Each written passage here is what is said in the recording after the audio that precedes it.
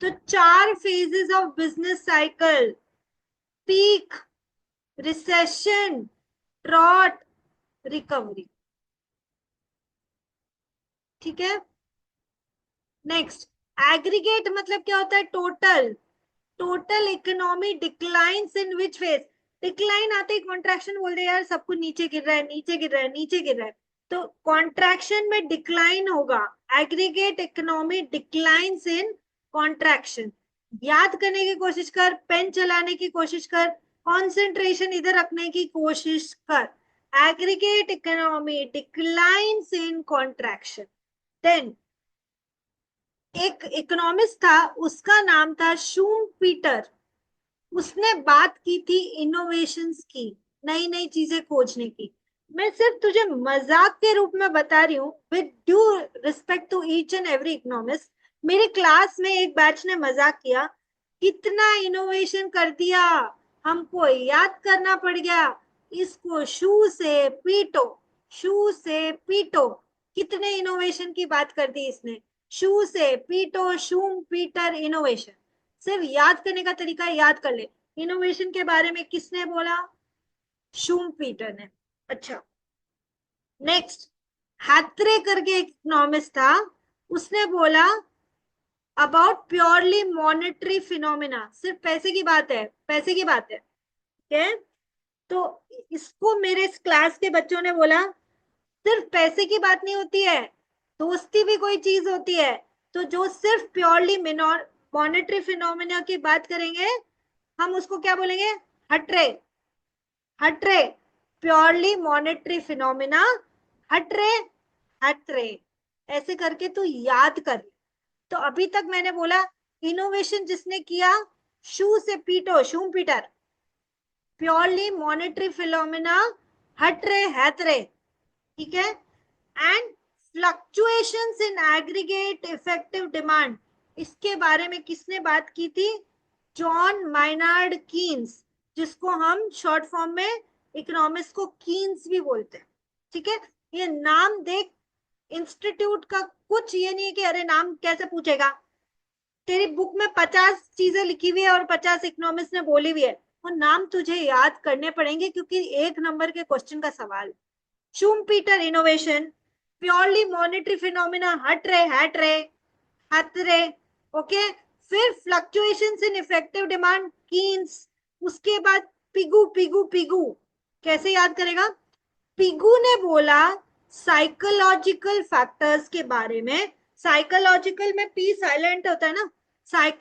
Psychological factors is important character of phenomenon, is important character of business cycle. अब इसको याद कर। एक पिग होता है ना, पिग, वो साइकोलॉजी में सोच रहा है आज कटूंगा कि बचूंगा, आज कटूंगा कि बचूंगा। ठीक है। तो ये पिगू अपने साइकोलॉजिकल फैक्टर में सोच रहा है। पिगू सोच रहा है आज कटूंगा कि बचूंगा। साइकोलॉजिकल फैक्टर, पी से पिगू, पी से साइकोलॉजिकल फैक्टर। वापस एक बार कर ले बेटा। Schumpeter innovation, Hawtrey monetary phenomena, fluctuations in aggregate effective demand, Keynes, John Maynard Keynes, psychological factor Pigou. पक्का याद कर, कोई किसी में बुद्धि है तो अभी तक याद कर चुका हो। नेक्स्ट, रैम्पर्ट अनएम्प्लॉयमेंट, दैट इज आज इसको बाहर, कल इतने लोगों को बाहर, परसों इतने लोगों को बाहर, बाहर निकालो, काम नहीं है हमारे पास। तो ये किस फेज में फाइंड होता है? Under depression. एग्जाम का क्वेश्चन है। Trade cycle is purely monetary phenomena. किसने बोला? मॉनेटरी, हट रहे, हट रहे। मॉनेटरी आते ही हट रहे, हट रहे। आंसर है तेरा, ये एग्जाम का क्वेश्चन है। Business cycle is contagious and international. तो कंटेजियस और इंटरनेशनल वर्ड आते हैं, उसको बिजनेस साइकिल से चिपका दे। Contagious and international. नेक्स्ट,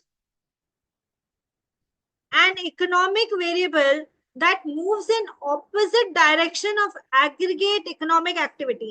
मतलब एक होता है ना साइकिल के साथ साथ जा रहा है, दैट इज बिजनेस साइकिल, उससे ऑपोजिट जाए तो उसको क्या बोलेंगे? Counter cycle. एग्जाम का क्वेश्चन। एक तो इकोनॉमिक एक्टिविटी के साथ साथ चले, एक उससे उलट, मतलब जस्ट बहाव के अपोजिट जाए, तो इकोनॉमिक साइकिल के अपोजिट जाने को क्या बोलते हैं बच्चों? Counter, counter cyclical. इसको counter cyclical, not with the flow, opposite the flow, counter cyclical. अब मैं एक बात पूछ रही हूँ, साइकोलॉजिकल फैक्टर के बारे में किसने बोला था? हाँ दर्शित, क्या mic? Pigou, P for Pigou, P for psychological. Purely monetary phenomena, Hawtrey. Hawtrey, very good Shruti. Purely monetary phenomena, Hawtrey. ठीक है, ओके। अच्छा मैं बोलूं, एग्रीगेट इफेक्टिव डिमांड, यदि aggregate effective demand, John Maynard Keynes. हाँ मतलब fluctuations in aggregate effective demands, John Maynard Keynes. अच्छा, innovation के बारे में किसने बोला था? इनोवेशन, शुम्पीटर, शुम्पीटर, जूते से मारो इसको, शुम्पीटर। इनोवेशन के बारे में इतनी बात करी, तुमको याद करना पड़ रहा है। okay? अच्छा, जो साइकिल के अगेंस्ट जावे उस वर्ड को क्या बोले? Counter, counter cyclical. अच्छा एक बात बताओ, ट्रॉट और पीक के बीच में जो आवे उसको क्या बोले? एक्सपेंशन, ट्रॉट और पीक के बीच में एक्सपेंशन, और पीक और ट्रॉट के बीच में आवे उसको कॉन्ट्रैक्शन, कॉन्ट्रैक्शन। यदि बहुत तेज हो जाए, सीरियस फॉर्म ऑफ कॉन्ट्रैक्शन, तो डिप्रेशन। कॉन्ट्रैक्शन से पहले और क्या आता है? कॉन्ट्रैक्शन थोड़ा सीरियस हो जाए तो उसको क्या बोलते हैं? रिसेशन। और रिसेशन, रिसेशन, और एकदम ही धरातल में जाते हैं तो ट्रॉट या डिप्रेशन। ठीक है, अब ये बात याद रखो भाई। Okay, next 23, which external factor effects the business cycle? External में याद है ना, और मेरे हाथ में नहीं, पॉपुलेशन मेरे हाथ में नहीं, लेकिन मेरे देश की गवर्नमेंट की स्पेंडिंग मेरे देश के हाथ में है भाई। ठीक है, पॉपुलेशन किसको जाके रोकेगा? तू खुद ही सोच। चाइना ने इतनी पॉपुलेशन बढ़ा ली, तू क्या कर लिया इसके बारे में? कुछ नहीं कर सकता। सो पॉपुलेशन अपने हाथ में नहीं, एक्सटर्नल फैक्टर है। इंटरनल और एक्सटर्नल में पढ़ा था अपन ने। ओके नेक्स्ट, रिमेंबर, हट रे says trade cycle is purely monetary phenomena. Keynes क्या बात करता है? Fluctuations in aggregate demand. बेटा मैंने 2 बार क्यों लिखा है, कितनी बार पूछा होगा एग्जाम में, तो खुद ही सोच। उसके बाद पिगू, साइकोलॉजिकल फैक्टर। साइकोलॉजिकल में पिग क्या सोच रहा है? ऑप्टिमिस्टिक में आज मैं नहीं कटूंगा, मैं बच जाऊंगा। पेसिमिस्टिक में आज तो कटूंगा। अरे वो सच में कटने वटने की बात नहीं कर रहा था, हम सिर्फ याद कर रहे। ऑप्टिमिज्म एंड पेसिमिज्म के बारे में, दैट इज साइकोलॉजिकल फैक्टर्स के बारे में किस इकोनॉमिस्ट ने बात की थी? तो तेरा उत्तर है पिगू। ओके, शूम पीटर, इसको जूते से पीटो, इसने किया इनोवेशन। ठीक है, next 25, once peak is reached, increase in demand is halted. Peak से ऊपर और कहां जाएगा भाई? अब थोड़ी ना और डिमांड ग्रो करेगी। तो P, once peak is reached, increase in demand is halted, then contraction begins. Peak के बाद कॉन्ट्रैक्शन है, पीक पे डिमांड हॉल्ट हो जाती है, स्टैग्नेंट हो जाती है।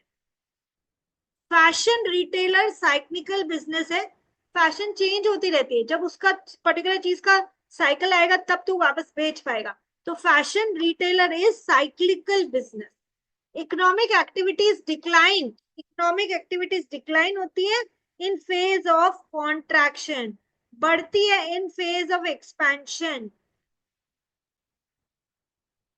Boom and depression in the business cycle are turning points. देखना, यदि मैं बिजनेस साइकिल ऐसे बना रही हूँ, ऊपर बूम है, ठीक है, और सबसे नीचे डिप्रेशन है, तो यहीं से तो चीजें टर्न हुई, यहीं से तो चीजें टर्न हो रही है। तो यदि वो टर्निंग पॉइंट्स बोलेगा तो क्या है? Boom and depression. Boom and depression are turning points. Boom and depression are turning points. कोई ढंग से ये वीडियो भी देख लेना, इसका ये चीज रेडी हो जाएगा वापस। Boom and depression are turning points. Next, excess capacity in capital industries. excess capacity that is, मान ले तू एक दिन में एक फैक्ट्री में, मान ले एग्जांपल ले रही हूं मैं, तू बल्ब बना रहा है, तेरे पास 10,000 बल्ब बनाने का कैपेसिटी है एक दिन में, लेकिन तू बना ही नहीं रहा है, तू सिर्फ 4,000 बल्ब बना के घर पे जा रहा है। क्यों भाई? इससे ज्यादा बनाऊंगा तो बिकेगा नहीं ना, तो इससे बेहतर है बना मत, गोडाउन मत भर। तो एक्सेस कैपेसिटी कहाँ पाई जाती है? कहाँ पे? In capital industries lead to trot. जितना हम हमारा कैपेसिटी है हम बना ही नहीं रहे, क्योंकि जो बना रहे हैं वो भी नहीं बिक रहा है, तो दैट लीड्स टू ट्रॉट। एकदम नीचे आ जाएंगे धीरे धीरे करके, 2,000 1,000 बल्ब बनाने लग जाएंगे। तो एक्सेस कैपेसिटी है, इसका मतलब ट्रॉट पे है। बूम पे तो जितनी मेरी कैपेसिटी में यूज कर रही हूँ ना, बिक ही रहा है। ओके, अब देख बेटा, कुछ चीजें जो बार बार एग्जाम में आई वो एक जगह लिखती। बिजनेस साइकिल के कीवर्ड्स क्या है? Fluctuations in economic activity, business cycle है। कंटेजियन है, कंटेजियस है, अनप्रिडिक्टेबल है एंड इरेगुलर है। तो ये बिजनेस साइकिल के तेरे कैरेक्टरिस्टिक्स है, contagious, unpredictable and irregular. Prolonged period of contraction, बहुत टाइम तक कॉन्ट्रैक्शन कॉन्ट्रैक्शन कॉन्ट्रैक्शन आ रहा है। देख, यहाँ पे पीक है, फिर नीचे नीचे आया, ये तेरा कॉन्ट्रैक्शन या डाउन स्ट्रिंग है, बहुत लंबे समय तक कॉन्ट्रैक्शन रह गया, तो उसको प्रोलॉन्ग पीरियड ऑफ कॉन्ट्रैक्शन बोलेंगे। तो बच्चों ये क्या है? Prolong period of contraction is recession. Please learn कर, एक वर्ड पे एक नंबर मिलता है यार। Prolong period of contraction, recession. अब देख, डायग्राम बनाया तेरे लिए। Expansion, highest point, peak and boom is the same. Expansion जब ऊपर चढ़ रहा है ना, गिर के वापस भी तो ऊपर चढ़ेगा, इसको रिकवरी भी बोलते हैं बच्चों, इसको अपस्विंग भी बोलते हैं। जो मर्जी तेरी मम्मी तुझे प्यार से कुछ भी बोल दे, तो वैसे ही तू एक्सपेंशन को रिकवरी बोल दे, वैसे ही तू उसको अपस्विंग बोल दे, कुछ भी बोल सकता है। ठीक है, नीचे आ रहा है कॉन्ट्रैक्शन, प्रोलॉन्ग, लंबे समय तक कॉन्ट्रैक्शन चल गया तो उसको बोलेंगे रिसेशन। और ये डाउन स्विंग भी है ना, expansion upswing, contraction down swing. ठीक है, सबसे नीचे trot, and trot and depression are the same. Lowest point of business cycle यदि पूछता है तो तेरा उत्तर क्या होगा? ट्रॉट या डिप्रेशन? अभी तक तुझे याद नहीं हुआ तो तेरा ध्यान नहीं है, ध्यान से सुन। लोएस्ट पॉइंट ट्रॉट या depression. Industry sensitive to business cycle, क्योंकि भाई साइकिल चेंज होगा, मुझे पता नहीं चलेगा, स्टार्टिंग में तो मेरे गोडाउन भरेंगे। तो वो कैसे गुड्स होते हैं? Capital and durable good sector are sensitive to business cycle. For example, जो इलेक्ट्रॉनिक आइटम्स बना रहे हैं, फ्रिज, टीवी, एसी, गोडाउन भरने स्टार्ट हो जाए। Next is stagflation, means stagnant inflation. याद करना, इन्फ्लेशन स्टैग्नेंट हो जाए, स्टैग्नेंट हो जाए, रुक जाए एक जगह आके। Stagflation means stagnant inflation. Economic expansions are followed by economic contraction. Expansion हुआ है, एक्सपेंशन हुआ है, ऊपर जाएगा वापस नीचे आएगा, और एक्सपेंशन से पहले कॉन्ट्रैक्शन था ही। यदि मैं बोलूं कि इस तरह से है, एक्सपेंशन से पहले कॉन्ट्रैक्शन ही था, तो economic expansions are followed by economic contractions, और उसके बाद भी पीक पे जाके नीचे ही आना। वापस से देख लें, PECT क्या है? 4 phases of business cycle, MCQ में पूछा हुआ है बेटा। पीक या बूम या प्रोस्पेरिटी, ठीक है। एक्सपेंशन या अपस्विंग, एक ही बात है। Contraction, severe form of contraction, recession, या इसको डाउन स्विंग भी बोल सकते हैं। और सबसे नीचे आ गया तो ट्रॉट या डिप्रेशन। तो PECT, 4 phases of business cycle, किसको क्या बोलते हैं वो भी याद करना।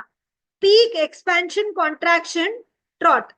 पीक को बोलते हैं बूम या प्रोस्पेरिटी, एक्सपेंशन को बोलते हैं अपस्विंग, कॉन्ट्रैक्शन नीचे जाना डाउन स्विंग, सीरियस कॉन्ट्रैक्शन हो गया, ज्यादा देर तक रह गया, रिसेशन, अरे एकदम ही जमीन पे लेट गया यार ये, ट्रॉट या डिप्रेशन। ठीक है,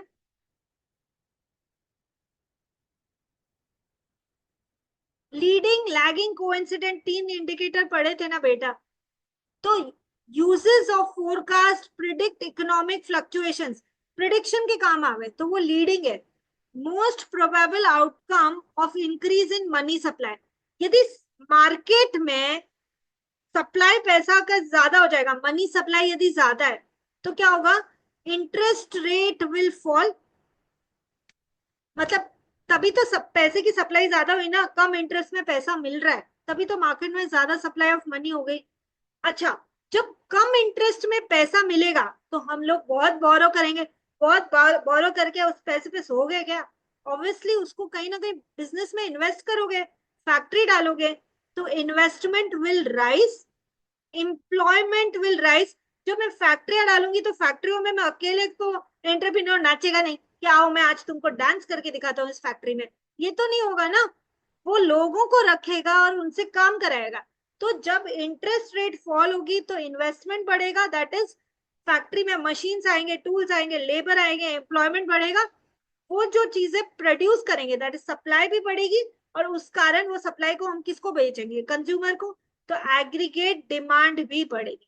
तो मनी सप्लाई इंक्रीज होते ही मार्केट में इंटरेस्ट रेट गिरेगी, इन्वेस्टमेंट बढ़ेगा, एम्प्लॉयमेंट बढ़ेगा, एग्रीगेट डिमांड बढ़ेगा। अब इसमें एक चीज देख, यहाँ पे क्वेश्चन बनता है बेटा, देख तो ध्यान से, इंटरेस्ट रेट गिर रही है, ठीक है, इन्वेस्टमेंट बढ़ रहा है, एम्प्लॉयमेंट बढ़ रहा है, एग्रीगेट डिमांड बढ़ रहा है, तो मैं इसमें एक क्वेश्चन बना सकती हूँ कि मनी सप्लाई जब इंक्रीज होता है तो कौन सी चीज है बढ़ती और कौन सी चीज घटती है, तो इंटरेस्ट रेट सिर्फ घटी और बाकी सब तो इंटरेस्ट रेट के घटने से एम्प्लॉयमेंट भी बढ़ा, इन्वेस्टमेंट भी बढ़ा, एग्रीगेट डिमांड भी बढ़ा, तो ये चीज कॉमन सेंस से लगा लो।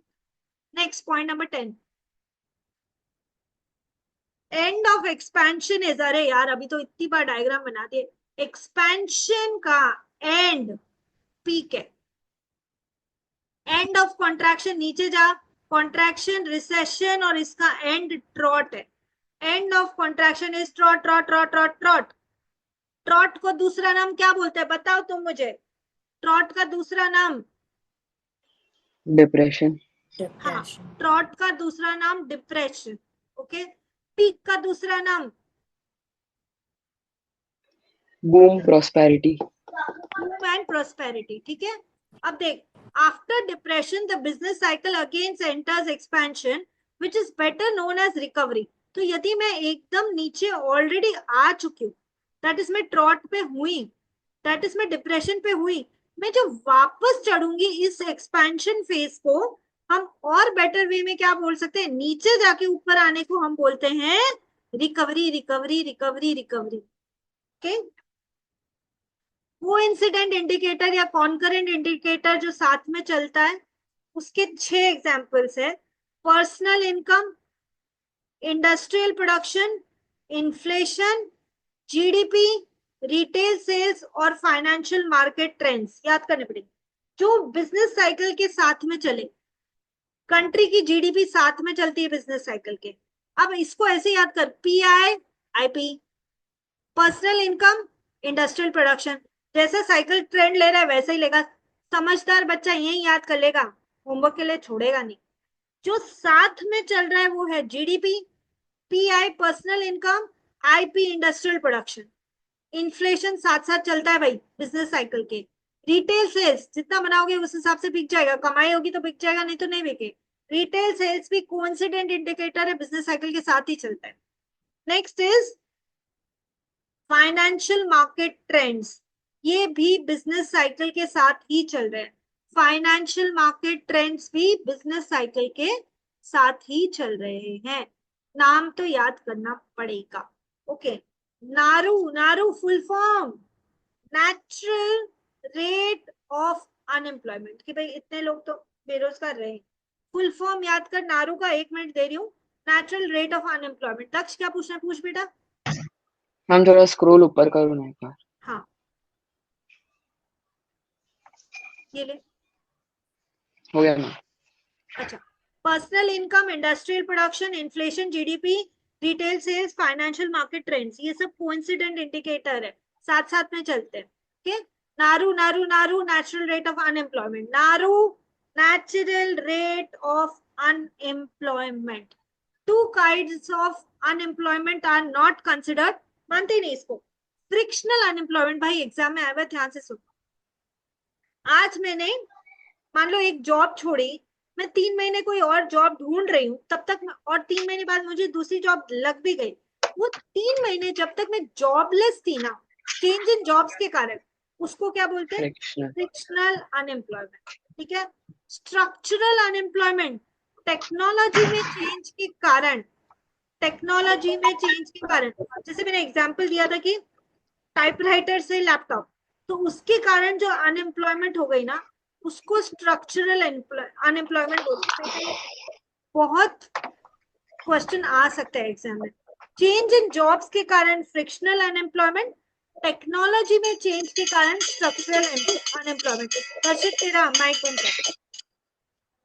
चेंज इन टेक्नोलॉजी के कारण structural unemployment, change in jobs के कारण frictional unemployment. And these two type of unemployment are not considered only. इसको अनएम्प्लॉयमेंट नहीं बोलते, क्योंकि सूनर लेटर मिल जाएगी.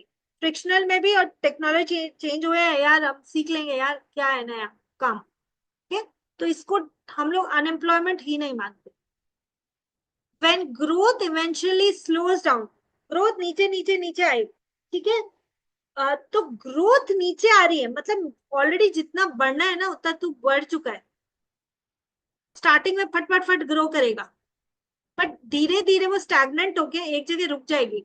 तो ग्रोथ जब स्लो डाउन होके स्टैग्नेंट हो जाए, उस पॉइंट को पीक कहते हैं. ग्रोथ जब स्टैग्नेंट हो जाए, स्लो डाउन होके स्टैग्नेंट हो जाए, उस पॉइंट को पीक कहते हैं. जबकि हम क्या गलती से बोलते हैं, अरे ग्रोथ रुक गई है तो शायद डाउन टर्न होगा. अरे वो धीरे होके एक जगह अटकेगी तभी तो पीक आएगा ना. तो when growth eventually slows down, it reaches its peak. Actual demand stagnates in which phase? Answer is peak. Stagnate हो जाएगी, फिर बाद में नीचे रुकेगी. तो डिमांड जितनी बढ़नी थी बढ़ चुकी है भाई, अभी ऑलरेडी हाईएस्ट पे है, अब वहां जाके रुक चुकी है, that is peak. Next, the discrepancy between demand and supply gets widened under contraction phase. तो contraction, that is जब तुम नीचे आ रहे हो, तो डिमांड और सप्लाई के बीच का जो गैप है, जो डिस्क्रिपेंसी है, वो सबसे ज्यादा हो जाती है. मैं सामान बना रही हूँ, मेरा गोडाउन भर गया, मुझे तो पता ही नहीं चला, अरे लोग ही खरीदने वाले नहीं आए. तो ये सब कहाँ हो रहा है? कॉन्ट्रैक्शन फेज में डिमांड और सप्लाई के बीच का जो डिस्क्रिपेंसी है वो सबसे ज्यादा हो जाता है. ये सब एग्जाम में आया हुआ है, मेरा बनाया हुआ नहीं है भाई. Next is interest rate are lower and people hold more liquid money. In which phase? Drought या depression? डर लग रहा है लोगों को, पैसा जो है बस वो पकड़ के रख लो, ये भी ना चले जाए. ठीक है, कहाँ इन्वेस्ट करूं, कहीं नहीं. ऐसा है कि कहाँ पैसा डालू, कौन सी फैक्ट्री डालू, पता नहीं. तो इंटरेस्ट रेट लोअर करने के बाद भी लोग डर रहे हैं.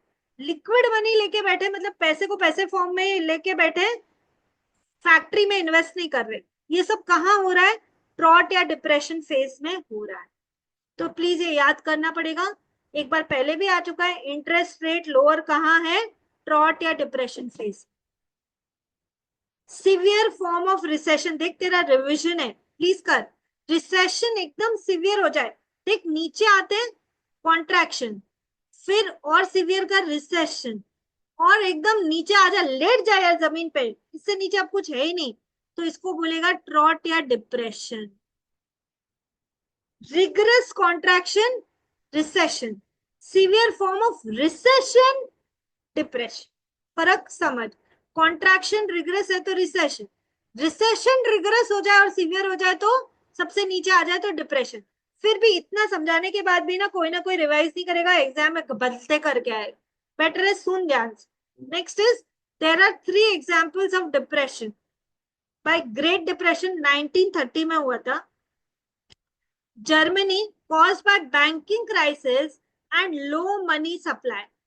Keynes propagated increase in money supply and recovery began in 1993.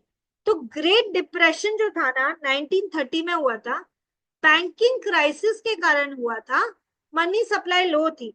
तो कीन्स जो इकोनॉमिस्ट था ना, उसने बोला भाई मार्केट में पैसा डालो, इंटरेस्ट रेट कम करो, तब जाके मनी सप्लाई बढ़ेगी, लोग बोरो करेंगे तो फैक्ट्री डालेंगे, प्रोडक्शन होगा, एम्प्लॉयमेंट होगा, सप्लाई बढ़ेगी, कंट्री की जीडीपी बढ़ेगी, एम्प्लॉयमेंट बढ़ेगी एंड लोगों का लिविंग स्टैंडर्ड बढ़ेगा, डिमांड बढ़ेगा। तो ये सब आइडिया किसका था? कीन्स का। तो उसका 1930 से ग्रेट डिप्रेशन से बाहर निकालने में हेल्प किसने की है? कीन्स ने की है। एंड रिकवरी कब स्टार्ट हुई? डिप्रेशन के बाद रिकवरी कब स्टार्ट हुई? 1933 में। और तेरे इंस्टीट्यूट की मर्जी हो तो साल भी पूछ ले। आईटी बबल, आईटी सेक्टर में खूब पैसा है, हाँ, आईटी सेक्टर के एम्प्लॉयज को पैसा दो। ये बबल कब बर्स्ट हुआ था? IT bubble burst of 2000-2001।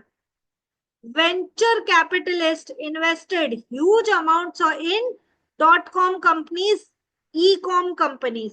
लेकिन ये बबल पूरा बर्स्ट हुआ 2000-2001 में। Venture capitalist .com companies, e-com companies में पैसा लगाए और रातों रात कंपनियां बंद हुई, उसको बोला आईटी बबल बर्स्ट। सब prime crisis of 2008-2009 also called as US housing bubble। क्या था? समझ loan was given to subprime borrowers। देख, जब बैंक भी लोन देती है ना तो चेक करती है लौटा पाएगा, इंटरेस्ट दे पाएगा।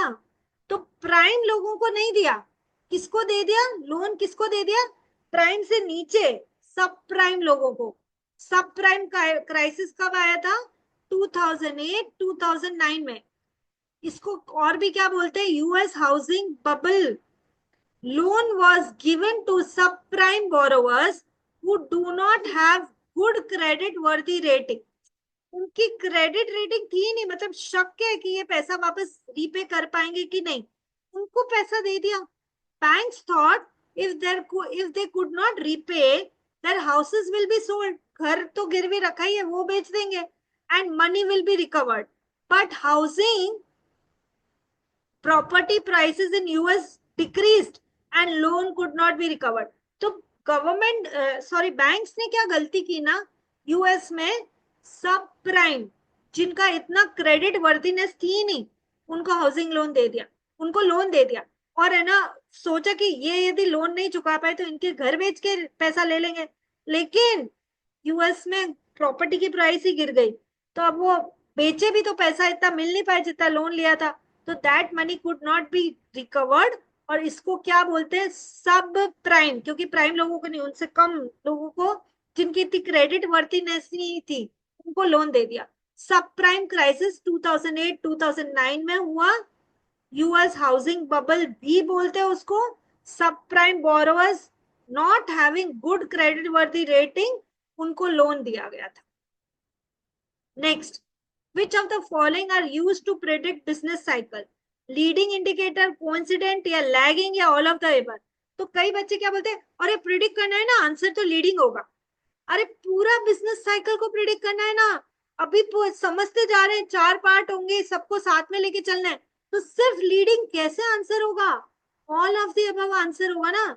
जबकि ज्यादातर लोग एग्जाम में इसको लीडिंग लिख के आ गए थे, क्योंकि जस्ट वर्ड प्रिडिक्ट पढ़ लिया था और क्वेश्चन समझा नहीं था। तो यहाँ पे ध्यान रखो।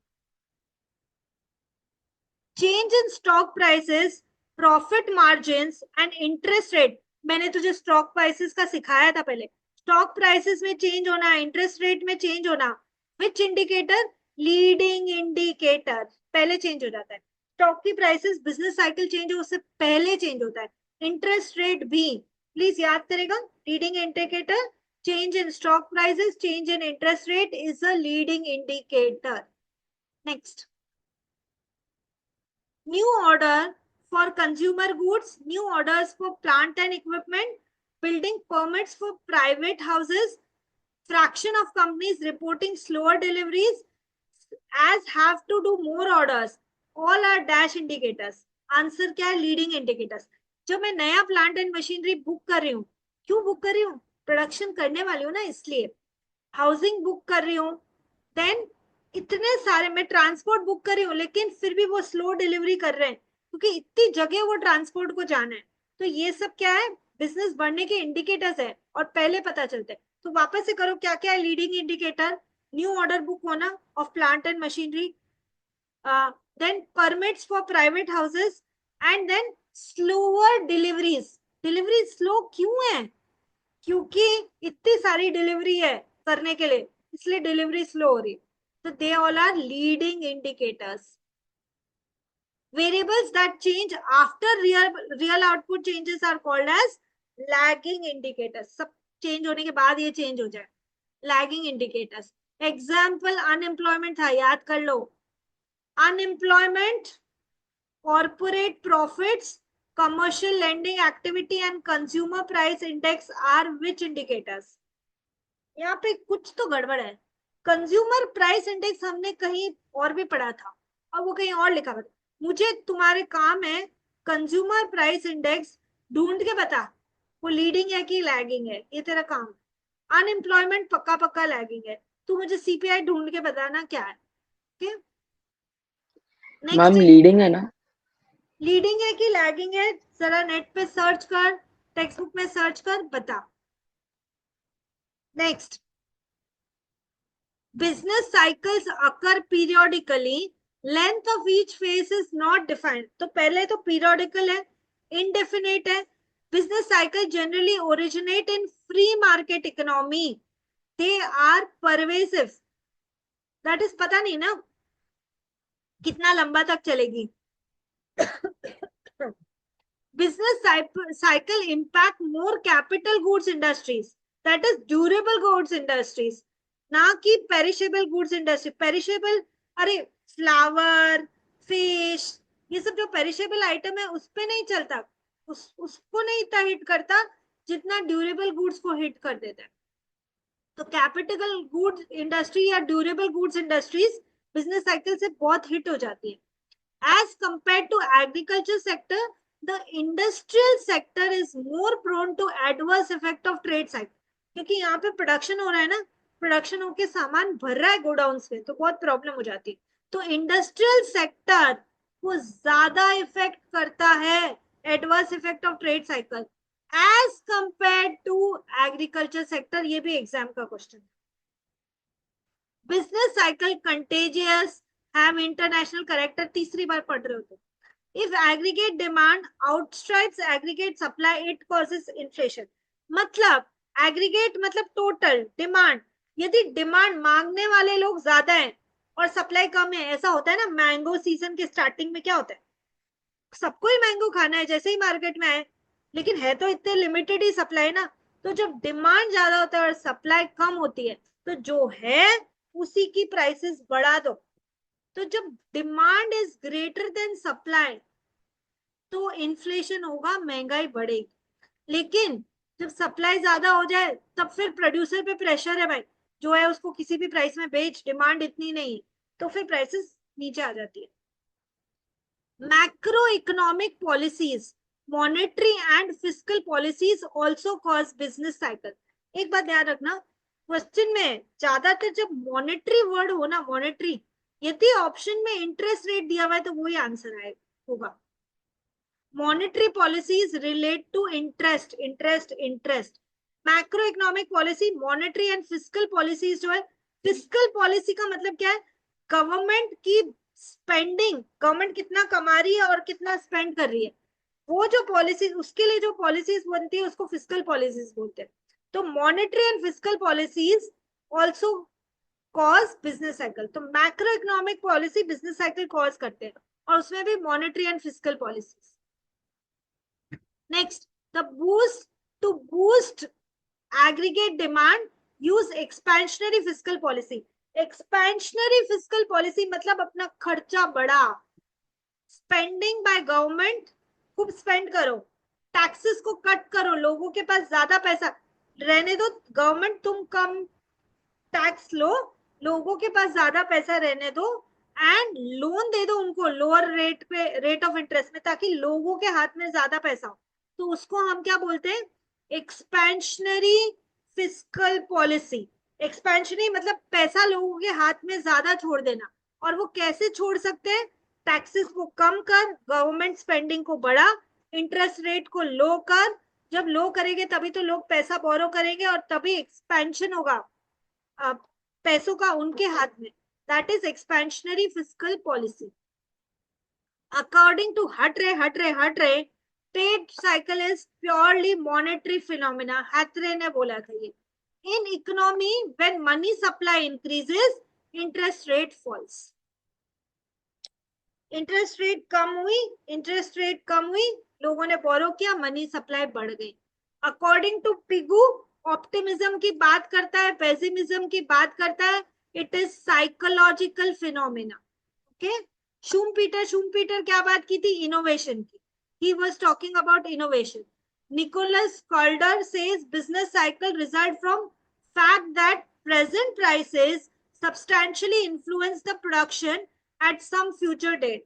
तो ये बात किसी ने कही है, ये बात ध्यान रख ले. निकोलस कॉल्डर ने बात कही है, जो प्रेजेंट प्राइसेस है वो सब्सटैंशियली इन्फ्लुएंस करती है production at some future date को. एक्सटर्नल कॉजेज ऑफ फ्लक्चुएशंस क्या हो सकता है? War, post war reconstruction, natural factors, technological shocks and population growth. ये सब एक्सटर्नल है. हमने इंटरनल एक्सटर्नल पहले भी पढ़ा था. Business cycles are important for decision making, especially cyclical industries, fashion, electrical, house builders, advertising, tour operators, construction and infrastructure. ये सब बात करना कि business cycle decision making में important है. Pro cyclical मतलब move with business cycle, anti cyclical मतलब not affected by the business cycle, and reverse direction में जो जाते हैं, सॉरी, ए साइक्लिकल मतलब not affected by the business cycle, and anti cyclical they move in reverse direction of business cycle. During corona IT industries, corona सब कुछ को नीचे कर रहा था, आईटी इंडस्ट्री